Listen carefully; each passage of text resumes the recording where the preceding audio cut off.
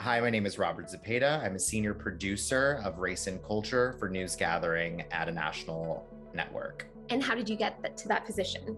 Most of my producing experience has been in the field. I started off as a production assistant at a news magazine show, and then I slowly started to work myself up to a producer level role. And then I got the amazing opportunity to go to one of our bureaus in Miami where I became a field producer. And I was a field producer for 6 years before the job that I'm currently in now. So what I want to talk to you about is reporting and working in hazardous field environments. Can you talk about what that's like and how you remain calm, cool, and collected in stressful situations? Working in hazardous environment conditions are always such a unique working environment. I think that it takes most people a while to get to a position in where you feel comfortable. And I say comfortable very loosely because it's never comfortable. But I think that, you sort of learn how to compartmentalize a lot of your emotions, and you assess risk in a different way after years of experience reporting on the ground. And you sort of have to walk into it with a different scope. A hazardous environment can be anything from reporting and producing in Skid Row, where there's, of course, a lot of hazards, a lot of mental health issues, a lot of drug use. And so you sort of don't know when you're speaking to people, what they're thinking and what their personalities might be. And so it could be anything from that to reporting in Ukraine during a war, or, reporting in sort of a protest environment.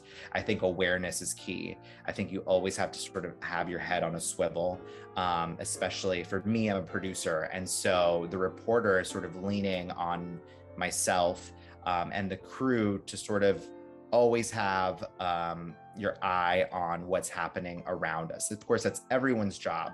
But when a reporter is directly looking at a camera, they can't always look to see what's behind them. Do you have any specific examples that you could share with us about, being in a situation where you were uncomfortable and you had to get out of it or you had to deal with it? So just recently, I was covering the war in Ukraine, and specifically, I was on the western side of Ukraine and covering the humanitarian crisis and the growing numbers of folks that were leaving Ukraine, the refugees, the children, the mothers. And while I was there, when we would go from sort of neighborhood to neighborhood, there were many checkpoints, checkpoints that had barbed wire, that had sort of old Soviet mines, they had barricades, and they were manned by everyday people who were from that neighborhood. They were all carrying guns, of course. They were all very scared that there were Russians that were going to infiltrate their neighborhoods. And so they checked every single person that was coming into their neighborhood. And these sort of roadblocks were surrounding neighborhoods all the way around in different major intersections as you sort of came into each neighborhood. And every time they would check your passports, they would ask you questions. And it was a pretty scary and dynamic situation each time. This was at the very beginning of the war. And so sort of senses were heightened.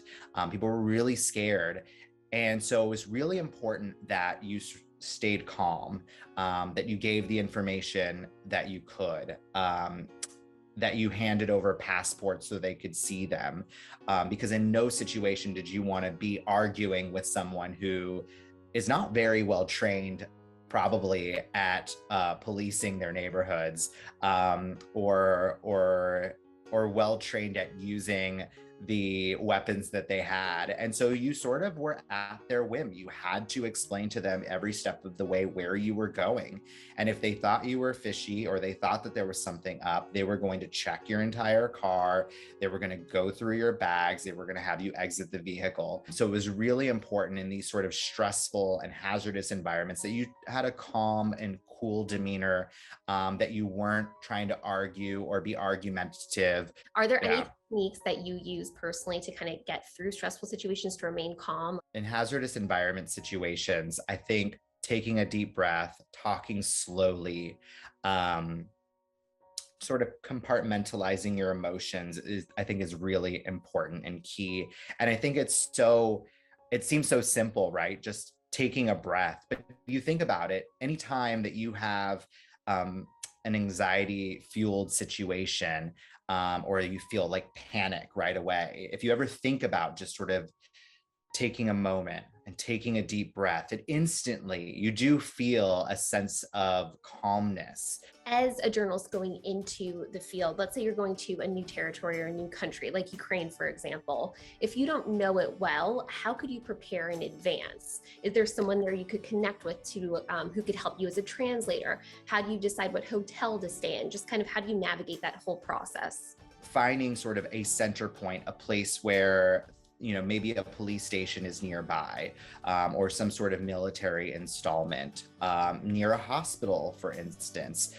Just have not being sort of outside of a place where you can find safety if you needed it. I think if you're in a location where you can find a corporate hotel, for instance, that's always a plus. You're going to get food there more than likely. You'll be able to have shelter. They probably have backup generators. Another key tip is having sort of a safety first aid kit with you, a tourniquet, maybe if you're in an environment in which you think that you might be at risk of some sort of heavy bleed. If you think there's weapons nearby, I think something like that's important. But just a general first aid is always important when you're in any environment. And I think that this is no different than that. Sort of planning your route. Where are you going? How are you getting there? Is there cellular service where you're going? Understanding the route that you're taking before you take it, so that if, for instance, there is no GPS, there is no communication, you have a good idea of where you're going, at least until you're able to get communications, because that could be really scary. It also might be a good idea to think about translation services. Is there a local journalist that you might be able to hire, a local fixer, even a journalism student might be someone who could help you. They may be learning from you, and you might need their help, and maybe you can work out some sort of deal. They might have connections on the ground. Think about the unique ways in which you can build relationships before you even get there, so that when you're on the ground, you know who to connect with, you know who to call if you have questions. They might even be able to be with you as you're doing your reporting. All of those are sort of key and smart ways to prepare for any reporting trips in these environments.